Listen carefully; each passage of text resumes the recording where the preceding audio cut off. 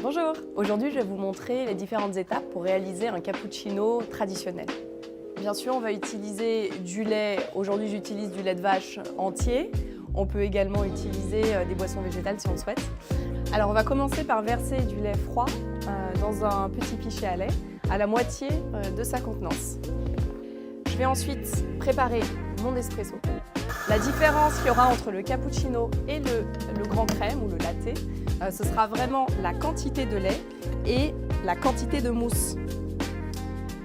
Pour le cappuccino, on veut une mousse très onctueuse qui va permettre d'avoir une boisson très gourmande en bouche et un bel équilibre entre le lait et le café.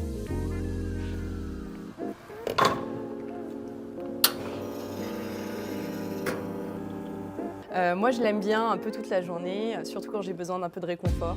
Et là, je vais préparer ma mousse de lait. Donc, je vais commencer par purger ma buse vapeur. Je penche un petit peu mon pichet pour créer un tourbillon. Et ensuite, je vais contrôler la quantité d'air que je vais faire entrer en baissant doucement mon pichet de lait.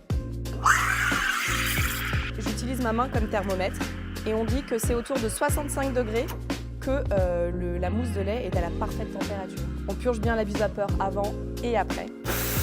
Également pour une question d'hygiène. Ça se fait assez facilement, mais déjà si on a la bonne mousse, on a un bon cappuccino. Si on utilise une cuillère et qu'on pousse la mousse, on a vraiment une mousse très onctueuse et c'est vraiment ça qui va faire toute la richesse de notre cappuccino. Alors c'est vraiment comme ça qu'on va déguster le cappuccino. En général, quand on rajoute du chocolat, on appelle ça un mochaccino. Le cappuccino sans artifice.